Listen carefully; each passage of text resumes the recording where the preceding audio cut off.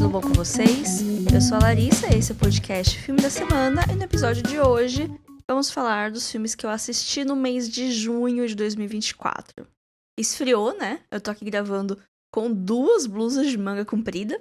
Também aviso que esse episódio está disponível em vídeo no Spotify e no YouTube. Nos outros agregadores apenas áudio, não por escolha minha, mas por limitação da ferramenta. Mas o episódio ele vai estar amigável pro áudio. Talvez eu coloque algumas inserções. Quando eu vou estar falando de um filme, vai estar aparecendo o pôster dele aqui, onde ele está disponível. Caso eu esqueça de falar, vai estar na tela. E quando eu começar a falar de cada filme, talvez eu coloque um trechinho de cada um. Então, vocês vão ouvir provavelmente a música ou o som do filme nessa hora. E logo em seguida eu já vou falar, mas não perde muito de ouvir apenas o áudio. Então, deixar esse pequeno aviso aqui. E vamos começar porque eu não quero ficar falando muito dos filmes, que eu não quero ficar queimando pauta, né? Porque eu posso falar desses filmes em outros momentos. E também porque eu não quero que o episódio fique muito extenso, porque eu tenho sentido que quando eu comecei o podcast, os episódios eles tinham coisa de 15, 20 minutos, e agora a média tá sendo 35, 40, e eu acho que tá meio alta. Tem vários episódios de mais 1 hora, geralmente os assistidos eles passam de 1 hora. E eu queria manter dentro de uns 40 minutos. Vamos ver se eu vou conseguir. Até porque junho não foi um mês tão bom assim pra mim enquanto cinéfila. Eu assisti 11 filmes, que são inéditos pra mim, o que é um número baixo, comparando com os outros meses desse mesmo ano. E eu não gostei tanto dos filmes que eu vi. Desses 11, tem 4 que eu gostei bastante, mas tem também 4 que eu não gostei, assim, tipo, piores do ano pra mim. Eles vão estar na lista de piores do ano se eu fizer alguma. E aí tem 3 outros filmes que eles estão meio que no meio termo, né? Eu não detestei, mas eu também não amei. Tem essa dinâmica. O formato do episódio, pra quem já acompanha os episódios assistidos do mês, desde o começo desse ano, eu tô fazendo na forma de meio que um ranking. Então eu começo falando do que eu gostei menos e eu vou gradualmente indo em direção ao filme que eu mais gostei, ao grande favorito do mês. Algumas ordens, elas acabam mudando ao longo do ano, principalmente com relação com sentimentos. Eu tava vendo o ranking, porque eu tenho vários rankings no Letterboxd. Eu tenho um de todos os filmes que eu assisti no ano, e eu tenho um só com os lançamentos do ano. E aí eu ranqueio eles meio que pra me ajudar a puxar a estatística pro final do ano. E eu tava vendo que, né, tem os mesmos filmes nas 2 listas, né, repetem alguns filmes. E eu tava vendo que numa lista, a ordem, tipo, tinha 2 filmes que eles estavam trocados, cada lista estava numa ordem. E eu acho isso curioso, porque toda hora eu tô meio que trocando. Ah, não, eu gostei mais desse, não, eu gostei mais desse. Não, como assim, esse filme tá abaixo desse? Aí eu vou mexendo na lista conforme o tempo vai passando, e principalmente conforme a memória que fica do filme, né? Porque uma coisa é a impressão logo depois que você sai do filme, aí depois de um tempo você pensa e você tem outra impressão, e aí ao longo do ano, quando você vai lembrando, tem impressões diferentes. Então, enfim, eu juro que eu arrumo a franja antes de começar a gravar, e a hora que eu ligo a câmera, ela tá muito diferente de como ela tava no espelho 5 minutos atrás. E eu tenho a impressão que eu sempre tô com cara de maluco. Antes de falar dos filmes que eu vi no mês que são inéditos pra mim, eu queria comentar brevemente que eu revi Jurassic Park no começo do mês. Gosto muito de Jurassic Park. E foi um filme que eu vi depois de adulta. Eu vi pela primeira vez em 2020. Eu já tinha o podcast e eu fiz um episódio do podcast sobre Jurassic Park na época, porque eu fiquei muito impactada com o filme. Eu gostei muito dele. E aí, esses dias eu tava... Eu não sei o que eu tava fazendo, mas eu fiquei com vontade de rever Jurassic Park. E eu fui lá e revi. Acho que foi no Prime ou na HBO. Não tenho certeza. Acho que foi no Prime. E pra quem quiser saber mais do que eu acho de Jurassic Park, como foi essa jornada de assistir Jurassic Park depois de adulta, é o episódio número 4 do podcast. No primeiro mês de existência dele. Foi quando eu vi. E eu... Ainda bem que eu tinha um podcast, porque eu queria muito falar sobre esse filme. Eu revi, eu continuo gostando muito, as impressões que eu tenho continuam sendo as mesmas. Eu só revi porque tava com vontade. Esse mês é um mês recorde dos filmes dirigidos por mulheres. Eu assisti 7 filmes que são dirigidos por mulheres. Quando eu chegar em cada um eu falo. E foram 5 filmes de fora dos Estados Unidos. Começando por o sentimento de que o tempo para fazer alguma coisa passou. I need to show you this wonderful pink lamp that I found on the street. Oh, a salt lamp. It's like a thing for lonely people.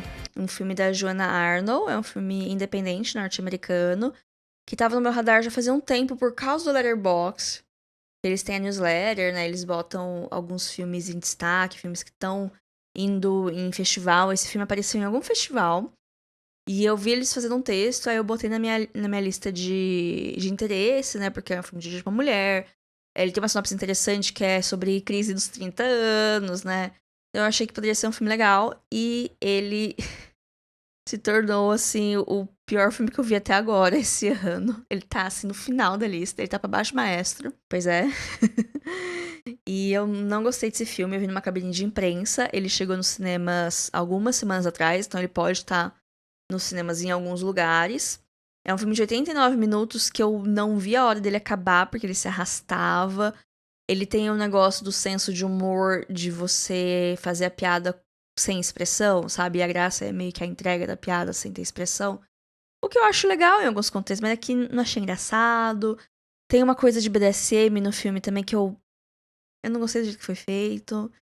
E longe de mim fazer juízo de valor do fetiche alheio, sabe? Mas, sei lá, eu achei muito esquisito esse filme, de um jeito ruim.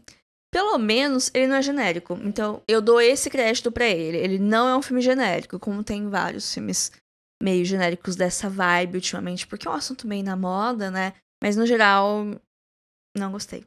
You're not here. We're not there. The car exploded. Come get the girls. I have to stay here with Woodrow. I'm not the chauffeur. I'm the grandfather. Where are you? Asteroid City, Farm Route 6, mile 75. Asteroid City é um filme do ano passado, do Wes Anderson, que estreou em Cannes, se não me engano. Chegou faz pouco tempo no catálogo do Prime Video, que foi onde eu assisti. E, nossa, que filme chato, insuportável. Assim, eu já gostei muito do Wes Anderson. Eu passei pelo evento canônico, que é você ser um estudante de design e ser apresentado aos filmes do Wes Anderson. Foi o que aconteceu comigo em 2012, eu acho. Acho que foi em 2012. Foi antes do Grande Hotel Budapeste. Quando eu assisti o Grande Hotel Budapeste, eu já conhecia. É o meu filme favorito do Wes Anderson. Preciso rever, mas eu tenho medo. Porque hoje em dia eu tô meio sem paciência. Desde a Ilha dos Cachorros eu tô sem paciência pro Wes Anderson. E é que esse filme pra mim é a epítome da estética pela estética e da história vazia. O da história vazia, eu acho que dá pra ter filmes que a estética ela é maior que o conteúdo, né? Vários filmes já foram criticados por isso. Eu acho que dependendo de como é feito pode até ser legal. Mas aqui eu achei chato. Tipo, eu cogitei largar o filme uma hora porque eu não tava mais aguentando. Ele quer fazer umas coisas de metalinguagem que, nossa, não tem paciência, sabe? Não tenho saco, não tenho paciência. As cores estavam me dando dor de cabeça. E então, eu não lembro de nada da história. Eu lembro que tinha 2 rolês. Tinha um rolê do teatro e tinha um rolê da cidadezinha lá. Não lembro como eles se conectam. Não lembro. Eu não lembro de quase nada desse filme. E eu vi faz o quê? 15 dias. Então, paciência, né? Io voglio un figlio con te, voglio una famiglia con te perché sei tu. Mãe Mais Mãe é um filme italiano de 2018, dirigido pela Carole Di Tommaso. Eu assisti ele na Filmica. É um filme sobre um casal de 2 mulheres que elas estão juntas faz um tempo e elas sonham em ser mães, só que, né, elas precisam meio que ver como que isso vai ser feito. Então, elas debatem um pouco as opções que elas têm, e aí tentam fazer fertilização in vitro, e tentam cogitar adoção. Elas veem as situações que elas têm, e eventualmente isso vai levar elas pro caminho da maternidade. Parece bonitinho, né? Só que ele tem um valor de produção muito baixo. Ele parece um filme pra TV barato. As atuações não são tão boas assim. Tem umas coisas esquisitas na história, tipo, uma das partes do casal tem um ex-homem que meio que mora com ela. É uma história muito esquisita, que não acrescenta muita coisa. Quer dizer, no final meio que acrescenta, mas só acrescenta pra piorar a história, sabe? Então, não gostei muito. As cenas do casal são fofas. As duas são muito fofas. A parte quando elas estão conseguindo é fofo, mas no geral, eu achei um filme extremamente esquecível. Um filme com valor de produção muito baixo e é isso. What happens in there, fueled with the terror of becoming prey, See how quickly we become predator? See how quickly civilization disappears? Jogos Vorazes, a cantiga das cobras e serpentes... Não, do pássaro e da serpente. Não sei, é um título muito grande. É o filme novo Jogos Vorazes, que saiu ano passado. Chegou agora no Prime, que foi onde que eu vi também. É dirigido pelo Francis Lawrence, que é o diretor dos outros Jogos Vorazes. Acho que do Em Chamas pra Frente. E assim, eu gosto de Jogos Vorazes. Eu li os livros, gosto dos livros. Gosto bastante dos filmes. Mas não sou a maior fã do universo. Eu gosto. Mas eu não sei tanta coisa. Aí eu vi que lançou esse livro e eu não tive vontade nenhuma de ler. Beleza. Aí eu vi que ia sair o filme. Eu falei, o filme eu posso ver. Eu não fui ver no cinema, porque já fui tão pouco no cinema no passado. Não ia ir atrás de um filme que eu não tava nem a fim de ver, né? Aí agora que chegou... Na verdade, eu assisti esse filme no dia que anunciaram que vai sair mais um livro. Que a autora vai fazer outro livro no universo, contando a história de outro personagem. E aí eu falei, nossa, é verdade, tem aquele filme lá do Presidente Snow, vou assistir, né? Que o Presidente Snow é o grande antagonista, o grande vilão dos Jogos Vorazes. E aqui esse filme é meio que a história de origem dele. É o Coringa dele. E assim, eu não tava, enfim, de tentar empatizar com um vilão, com uma pessoa que faz coisas horrorosas. Mas beleza, dá pra fazer uma coisa com nuances. Eu assisto Casa do Dragão e torço e defendo Daemon Targaryen, sabe? Então, gosto dos meus anti-heróis, mas fui ver, bacana. Começou legal o filme, começou bem legal. E aí tem o rolê lá dos Jogos Vorazes, né? Que acontece um jogo lá, né? Uma edição, acho que é a 20ª edição, alguma coisa assim. E é muito diferente da época da Katniss, legal ver como que avançaram, legal ver a questão deles ainda aprendendo a usar como ferramenta, por mais horroroso que seja, interessante. E o filme, ele vai bem. Pela primeira metade dele, ele vai muito bem. Eu tava gostando desse filme. E aí, parecia que ele ia acabar. E eu, beleza, o filme vai acabar. E ele não acabava. E aí ele mudou de direção, aí todo mundo foi pro outro lugar. E aí, não parecia mais que ele ia acabar, parecia que ia acontecer uma outra coisa. Aí eu fiquei, gente, esse filme não acaba? E aí eu pausei pra ver a duração e ainda tinha 1 hora de filme. Já tinha passado 1h40 de filme e ainda tinha 1 hora. E aí que eu descobri que é um filme de 2h40. Eu fiquei, meu Deus do céu, por que tem 2h40? E eu lembrei que o livro é gigantesco. Eu lembro que no lançamento eu vi o tamanho do livro e falei, nossa, caraca, quanta página. Só que eu também não acho que eles deviam ter feito parte 1, parte 2, porque... Porque é 2024, cara. A não ser que você faça com Duna, com uma propriedade intelectual muito, muito, muito forte... Não acho que tenha o mesmo resultado. Até Duna, assim, no começo foi uma escolha um pouco questionável. Depois, quando saiu a parte 2, que o pessoal ficou, não, realmente. Mas não sei se a Lionsgate tem tanto cacife, assim, pra fazer isso. Acho que não. Mas esse filme, ele se perde muito, assim, no final, na última hora dele. Ele fica muito chato. Então, assim, o saldo não é tão negativo quanto os outros filmes que eu falei, que eu acho mais esquecível, que eu não tinha vontade de ver, etc. Esse filme eu ainda lembro bastante dele, mais do que eu gostaria. E eu me diverti por boas partes dele, mas, no geral, não gostei tanto.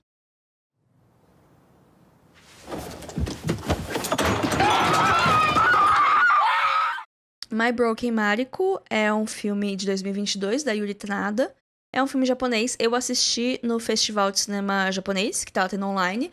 Se você me segue lá no Instagram, @filme.da.semana, eu falei desse festival que tava acontecendo e que tinha filme de graça pra você assistir. Eu sempre tô dando dicas lá quando tem algum festival, quando tem algumas maneiras de ver filme de graça. Eu tenho uma série de vídeos sobre isso lá no Instagram e no TikTok, que é filme da semana Tudo Junto também. E aí eu assisti esse filme por lá, né, no Festival de Cinema Japonês, que acabou agora. Eu acho que acabou dia 1º de julho. Alguma coisa assim. E eu vi esse filme por lá. Era um filme que já tava no meu radar, mais ou menos. Porque eu sabia que ele era de mulher e porque ele é baseado em uma HQ. Que eu também não sei se é publicado aqui no Brasil, mas eu já tinha ouvido falar. Então, quando eu vi que esse filme tava no festival, eu falei, opa, vou ver. Porque eu não sei quando que vai chegar aqui no Brasil. Oficialmente, ele não chegou no Brasil. Não tem uma distribuidora, apesar de ser um filme de 2 anos atrás. Talvez ele brote em algum streaming em algum momento. Mas é um filme de luto. É sobre essa mulher também, que ela tem, sei lá, uns 20... Ela tá no final dos 20, começo dos 30, alguma coisa assim. Ela tem essa amiga de infância, que elas sempre foram muito próximas. Com o tempo, elas se distanciaram um pouco, mas elas ainda eram relativamente próximas. E aí, um dia, essa mulher descobre que a amiga morreu. Não de formas naturais. Se é que vocês me entendem. E aí ela vai atrás de tentar entender o que aconteceu, de ir atrás das cinzas dela pra levar num lugar que era especial pra ela, e também vai despertando memórias das duas juntas, da relação das duas, do passado da Mariko, também que ela foi uma menina que sofreu muito, teve vários problemas de família, e a relação das duas também, que não era um mar de rosas, tem subtexto homoerótico, se você quiser interpretar, dá pra interpretar também, dá pra ter esse viés de interpretação, que existia muito mais que um amor de amizade ali entre as duas, mas o filme deixa no ar muitas coisas. E é isso, é um filme bonito, é um filme sobre o luto, triste, pesado, tem umas partes bem pesadas, assim, pesado no sentido emocional, né? Não no sentido de acontecer coisas fortes na tela, não, é no sentido emocional mesmo. Principalmente nas cenas de flashback, que você meio que vê que a Mariko sofreu na mão do padrasto dela. Eu achei que, por mais que ele é um filme curto, ele se arrasta um pouco, assim, na metade final dele. E eu fui perdendo um pouco o interesse. Mas, no geral, é um bom filme. Principalmente perto do que eu já tinha visto nesse mês, né? Que não foi um mês muito bom. Ele foi um filme, assim, nota 6,5, 7, mas bacana. Everything is gonna be fine, okay? I'm fine. Eu sei. I'm cool. Está Tudo Bem Comigo é um filme norte-americano, um filme bem independente, de 2022. Então, eu tava no meu radar já fazia muito tempo, porque ele estreou em alguns festivais. Ele foi médio elogiado, ele não foi super elogiado, mas também ele não foi escorraçado, então... Mas estava no meu radar. Parecia que ele nunca ia chegar aqui no Brasil, mas aí ele chegou do nada na HBO Max. E aí eu fiquei, ok. Então, tem vários filmes que acontecem isso, sabe? Você acompanha meio que o radar de novidades, eles saem lá fora, não tem previsão nenhuma de chegar no Brasil, e aí um belo dia do nada, eles chegam em algum streaming sem estardalhaço nenhum. Então, por isso é bom ficar de olho em algumas coisas, principalmente em perfis de cultura pop, tipo, filme da semana, que geralmente tá de olho nas estreias e nas coisas que chegam de mansinho nos streamings. Esse filme é dirigido por um casal, que é a Tig Notaro e a Stephanie Aline. É que é muito engraçado, né? Um casal escrevendo uma história que não é exatamente um romance, mas, segundo elas, é meio que baseado em algumas vivências delas. Eu achei bem curioso, porque a história também de uma mulher de 30 e poucos anos perdida na vida. Olha só, temos um padrão aqui. Mas a Dakota Johnson é essa mulher que ela queria ser artista, mas ela tem um trabalho numa recepção de uma clínica, um negócio assim. E ela tá meio que perdida, meio que vivendo no piloto automático, mas aí ela tem uma melhor amiga que... A única amiga que ela tem é essa amiga, e elas saem às vezes, até que um dia essa amiga, ela é promovida e ela vai ter que se mudar. E aí o mundo da Dakota Johnson cai, porque, nossa, o que eu vou fazer agora? E não sei o que tem. Ela começa a ter toda uma crise por causa disso. E ok, válido. E com isso, ela meio que sai do armário, mas aquele negócio, tipo, ela tinha várias coisas na cabeça dela borbulhando, mas ela não tomava ação nenhuma pra realizar nada. E assim, longe de me criticar, não é como se eu fosse muito diferente. Então esse filme me fez fazer um exame de consciência muito profundo. Eu não sei se eu gostei tanto de tudo que esse filme me fez pensar. Mas enfim, pensei em muitas coisas. Eu gostei do filme. Eu não achei ele maravilhoso, não achei uma obra-prima, mas eu gostei. Ele é bem curtinho, ele tem 86 minutos. Passou o tempo rápido. Eu tenho algumas questões com a Dakota Johnson enquanto atriz. Eu não acho ela muito boa atriz. E a personagem dela não ajudou muito aqui, mas... Que nem eu falei, não é uma obra-prima, mas eu achei legal, achei bacana. E eu fiquei o tempo todo olhando pra amiga dela e pensando, nossa, de onde que eu conheço essa atriz? Da onde que eu conheço ela? Ela chama Sonoyo Mizuno. E ela faz a Misaria em House of the Dragon, pra quem assiste. E também ficou com essa impressão. Assistiu esse filme e ficou, nossa, da onde que eu conheço essa moça? É de House of the Dragon. Na opinião de vocês? Você é dura com elas, não? Não. Eu devo ter alguma memória de alguém que foi muito duro comigo. Com certeza não foi meu pai. Em junho teve o Dia do Cinema Nacional, e eu escolhi um filme nacional pra assistir no dia pra comemorar, e foi Como Nossos Pais, filme de 2017 da Laís Bodansky, que também foi uma experiência ver esse filme. Ele é um drama familiar, assim, ele lembra muitos filmes do Velho Vague, que é muito pesado em diálogo, muitas situações mundanas, muitos dramas de família e muito textão, assim, personagens meio que falando o que os diretores queriam falar, né? Sendo a voz do diretor pra fazer o textão do Quebrando o Tabu. Tinha umas horas que pareciam uns textão do Quebrando o Tabu de 2015, assim, que eu ficava, ai meu Deus. Mas é um filme de 2017. O mundo, ele era diferente em 2017. Eu acho que as coisas eram mais simples naquela época. E mesmo assim, elas eram bem complicadas. Mas enfim, eu gostei desse filme, tanto que olha quantos que eu já falei até chegar nele, né? A gente tá indo gradativamente, e como são poucos filmes hoje, estamos perto do final já do episódio. Já passamos da metade dele, né? Se tem alguém acompanhando aí a marcação de tempo, que eu provavelmente vou deixar na descrição, né? O tempo que eu falei de cada um deles. E assim, é um filme legal, é um filme de drama familiar, que nem eu falei, de lugar de mulher da sociedade, crítica principalmente à sobrecarga da mulher, mesmo num contexto de privilégio, né? Porque aqui é uma família de classe média alta. E mesmo assim, mesmo tendo rede de apoio, mesmo tendo empregada, mesmo tendo vários recursos, ainda a mulher é sobrecarregada, porque ela ainda é esperada que ela faça muitas coisas, enquanto não se espera nada do homem. E quando ele faz, é tipo, uau, como ele é maravilhoso, ele lava a louça, sabe? E tem outras questões também, tem a questão dela com a mãe dela e tal. Tem bastante coisa interessante nesse filme. E ele é um filme bom. Não amei, mas eu achei um filme bem bom. Eu assisti ele na Reserve Movision. Io so 3 anni che vengo a lavorare qua. Sono venuta pure sotto i bombardamenti.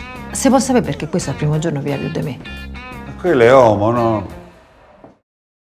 Ainda Temos um Amanhã. É um filme de 2023, da Paola Cortellesi. Ele chega nos cinemas, quer dizer, ele já chegou nos cinemas nessa quinta-feira. É um filme que eu cobri a cabine de imprensa. E ele acabou de chegar nos cinemas, então se você tá ouvindo esse episódio na data de publicação, você pode ver esse filme no cinema se ele estiver passando perto de você. E eu recomendo, porque agora a gente entrou na nata do mês, estamos no top 4 já, tá? Então se não ficou claro o quão gradativamente eu comecei a gostar mais dos filmes, agora eu vou deixar bem claro. Eu gostei desse filme, me surpreendi muito, era um filme que tava no meu radar, porque eu lembro que ele veio no Festival de Cinema Italiano do ano passado, que também é um festival que acontece de forma online e gratuita. E eu tinha botado esse filme na minha lista porque eu achei o pôster dele bonito e eu gostei da sinopse, mas eu acabei não conseguindo ver ele no festival. E depois eu vi que ele estreou na Itália e ele foi um fenômeno no país, assim. Foi um filme que ele fez uma bilheteria gigantesca. Mas também a diretora dele, a Paola Cortellesi, ela é uma atriz italiana muito famosa, ela fez muitos filmes.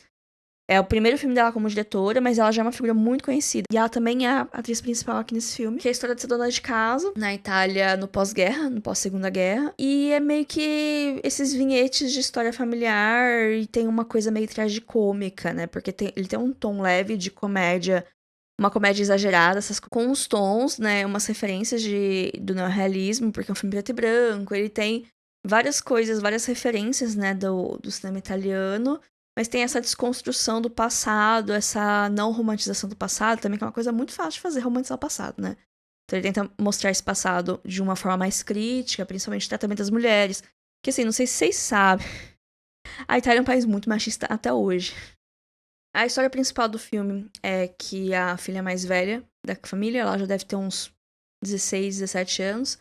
Ela tá com um namoradinho que vai pedir ela em casamento pros pais dela. Porque a família principal é uma família de classe média baixa. Enquanto que a família desse pretendente, eles têm um café. Então, eles são emergentes, por assim dizer. Eles têm dinheiro. Daí é uma oportunidade de ascensão social. Só que, ao mesmo tempo, a mãe, ela tem medo de que mude, mas nada mude. Que tenha a repetição do que ela sofre na mão do marido dela. A filha dela vai sofrer na mão do novo marido dela e tal. Então, o filme começa mais ou menos sobre isso, depois ele vai pra outros lugares. Mas é legal observar isso, né? Ciclos de violência, como as coisas eram difíceis no passado, mas também como algumas coisas eram normalizadas e tal. E me lembrou muito Amiga Genial, talvez por ser Itália. Também tenho algumas questões com algumas escolhas estéticas desse filme. Por exemplo, preto e branco, além de ser uma referência a filme antigo, eu não achei que é um preto e branco tão bonito, tão plástico, quanto poderia ter sido. Tem algumas questões, principalmente na parte da violência, algumas escolhas foram feitas. Eu não amo elas. E o final, ele tem um pulo do gato no final, assim, um temperinho no final dele, que eu achei interessante, mas ao mesmo tempo, não sei. Tem umas coisas aí que eu fico pensativa. Então, eu acho que vocês deviam ver esse filme e comentar comigo o que vocês acharam, principalmente do final. Sabe? Eu acho que é uma ótima deixa, né, pra deixar essa recomendação. Porque, assim, que nem eu falei, não amei o filme. Eu tenho várias questões com várias coisas, até porque é uma estreia na direção e tal. É um cinema que eu não conheço muito, eu conheço muito pouco de cinema italiano. E isso é meio que uma coisa que eu precisava resolver. Eu vi muita pouca coisa, tanto do neorrealismo quanto as coisas mais recentes, cinema italiano. Eu vejo muito pouco. Apesar que esse mês eu vi 2 filmes italianos, né? Mas no geral eu conheço muito pouco de cinema deles. O que é curioso, né? Porque teoricamente eu venho da colônia italiana aqui do interior de São Paulo, né? Enfim.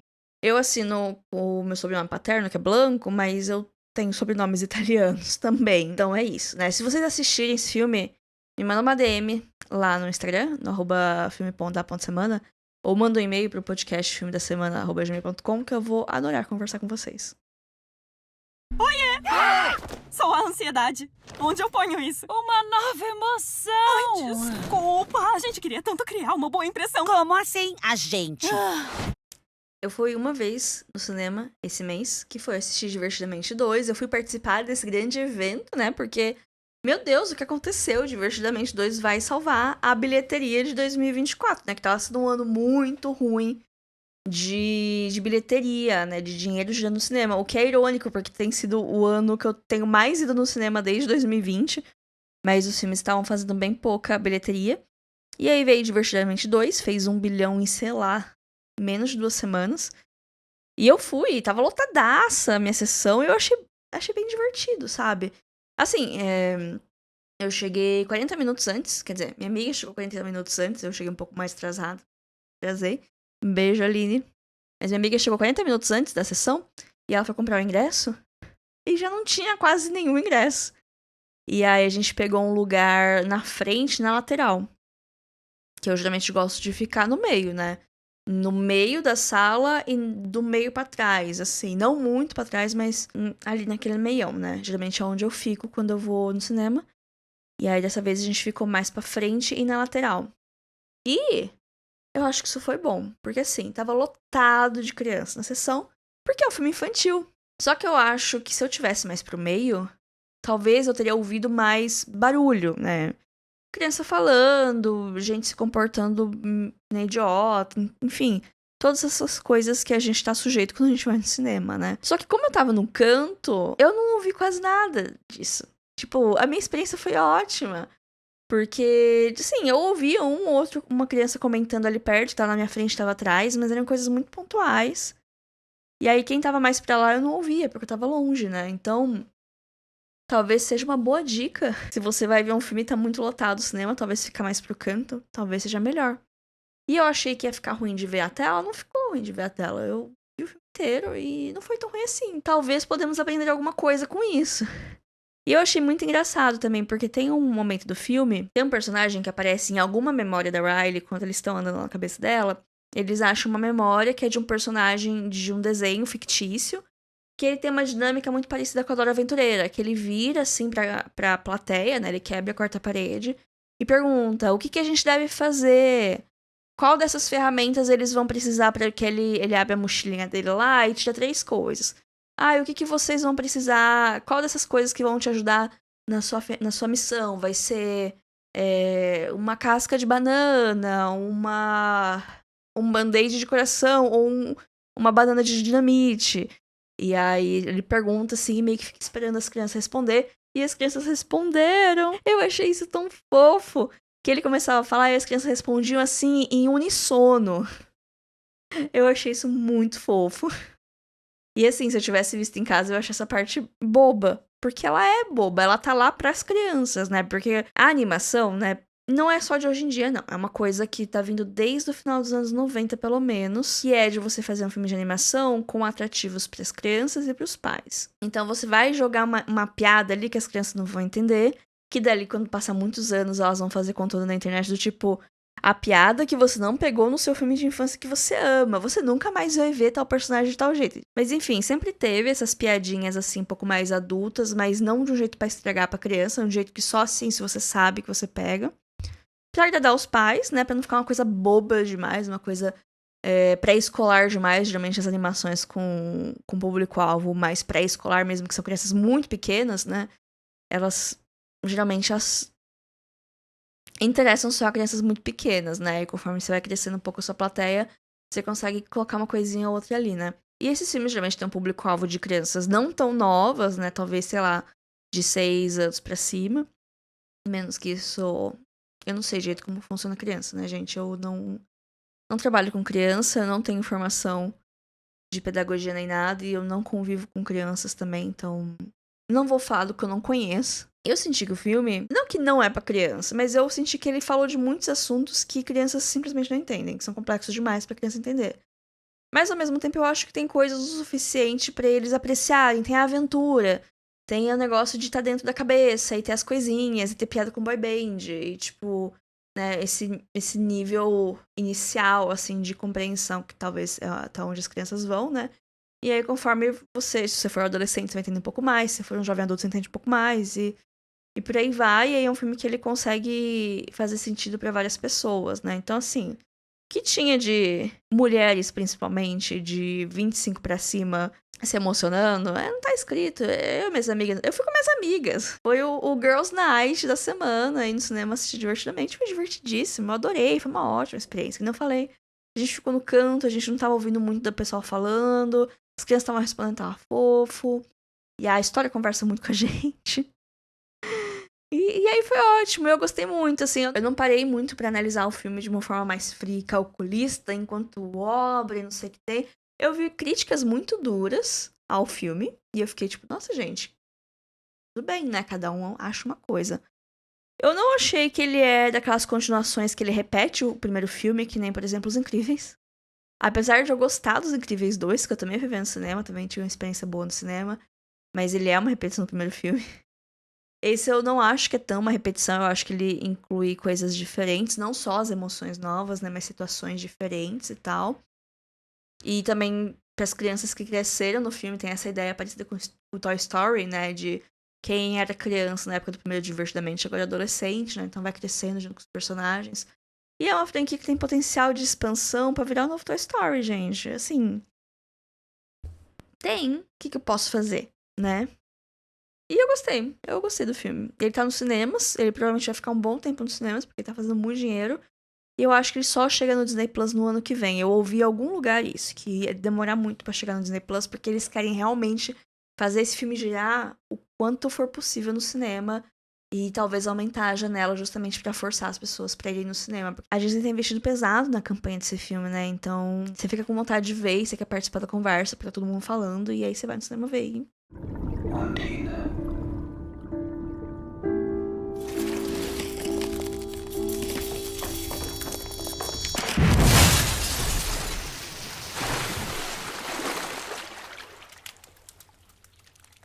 Undine é um filme de 2020, do Christian Petzold. Já figurinha carimbada por aqui. Eu falei dele no mês passado, que eu assisti a Fire. E eu não gostei muito de A Fire, né? Volte um episódio de assistidos pra ver eu falando de A Fire. Agora, Undine, eu adorei esse filme. É até difícil de falar sobre o que ele é, né? Porque, assim, eu tô ligada que Undine é meio que uma palavra pra uma ninfa da água. Então, eu sabia que ia ter ou sereia ou metáfora. E no caso aqui é metáfora, né? Não tem a sereia de fato. Mas a personagem, ela chama Undine. E aí tem alguma coisa que... Tem um evento que meio que faz a história dela meio que virar a história da ninfa, esse negócio. Mas é tudo no plano das ideias, tudo metáforas. No começo do filme, ela tá tendo um caso com um cara casado. E aí ele termina com ela. E ela fica meio que... Ela não quer terminar esse affair, mas ele termina. Ela fica triste, mas pouco tempo depois ela conhece um outro cara. E eles começam assim um romance intenso, muito intenso. E eu comprei muito esse romance dos dois. Eu gostei deles, eu achei que eles tinham química. Eu acho os dois bonitos. Gostei desse romance. E esse cara, ele é um mergulhador. Tem muitos temas de água, assim. Porque quando eles se conhecem, eles estão num café que tem um aquário. Esse aquário fica em cima de uma prateleira. E eles estão conversando lá. E aí, quando meio que rola, assim, uma faísca de conexão entre os dois... eles se... Não sei o que acontece, que eles meio que trombam com esse com essa prateleira e o aquário cai, assim, e os vidros caem neles e cai a água, e cai um monte de coisa, então tem esse negócio, tem várias coisas, assim, que acontece, que é uma coisa meio que Pet Society gosta de fazer, né, de esses grandes momentos que são visualmente muito mais intensos do que eles são na vida real, e que eles com certeza significam alguma coisinha ali. E aí esse cara, ele é um mergulhador industrial, então tem umas obras, ele tem que mergulhar lá, ver, levar as peças e tal. E aí, então, tem todo o negócio da Undine, que é a ninfa da água, e eles têm o romance, e aí várias coisinhas acontecem, mas se eu falar, vocês vão falar, ai, nossa, que chato. Mas não é chato, é legal. Mas também é um filme lento, é um filme que ele demora pra desenvolver, ele toma bastante tempo, ele cria muitas imagens na tela, é meio que um fluxo, sabe? E também tem um rolê que, tipo, a Undine, a profissão dela, é que ela dá umas palestras num rolê de arquitetura lá de Berlim, que é um filme alemão, né? Não sei se comentei. É um filme alemão. E aí ela trabalha em alguma coisa da prefeitura que ela fica dando palestras sobre a arquitetura da cidade, sobre monumentos. Então tem muitos momentos do filme que o filme para pra ela dar a palestra dela, e aí você meio que cata que algumas coisas que ela tá falando, você consegue fazer paralelos com a própria história dela, o que tá acontecendo com a vida dela. Principalmente em questão de reconstrução, né? Que ela está se reconstruindo e tal. Mas fala muito de arquitetura. Se você gosta de arquitetura, você pode gostar desse filme. Se você gosta da história de Berlim, você pode gostar desse filme. Tem várias coisas que pode fazer você gostar desse filme. Eu não esperava gostar, que nem eu gostei. Eu realmente, a minha expectativa era filme de sereia. Eu esperava filme de sereia, ganhei história da arquitetura de Berlim. Mas eu fiquei bastante satisfeita com o resultado final. Eu assisti o filme na Reserva Movision, mas eu acho que tem no Telecine também. I myself was once a gay. Now I'm an ex-gay, Megan. I work for a place called True Directions. Welcome, welcome, welcome. Who help people like yourself. E vamos agora pro favorito do mês, que é Nunca Fui Santa, ou o título original dele que é But I Am a Cheerleader, que é um filme de 1999, um filme norte-americano, dirigido pela Jamie Babbitt. É um filme com um grandíssimo elenco. A gente tem aqui a Natasha Lyonne, não sei se vocês conhecem Boneca Russa, da Netflix, Orange is the New Black, conheceu ela de Orange is the New Black. Tem a Clara Duval, que é uma atriz, mas ela também é diretora. Ela dirige filme de Natal com a Kristen Stewart, que ela vai visitar a família da noiva dela, mas aí ela chega e descobre que a noiva dela não contou pra família dela que elas são noivas, a família dela acha que elas são só amigas. Como que chama? É Happiest Season. Happiest Season. Alguém avisa. A Clara Duval dirigiu. Tem a Melanie Linsky, do Yellow Jackets. Tem a Michelle Williams, que aparece, ó, esse pedacinho do filme. Eu fiquei, nossa, Michelle Williams. Aí, quando eu terminei de falar isso, ela desapareceu. Nunca mais voltou. E tem o RuPaul. Do RuPaul Drag Race, é ele mesmo. E grande elenco, tem bastante gente. É sobre essa menina, que ela é uma cheerleader, ela é uma líder de torcida, uma adolescente, loira, linda, namora com o quarterback lá que joga futebol.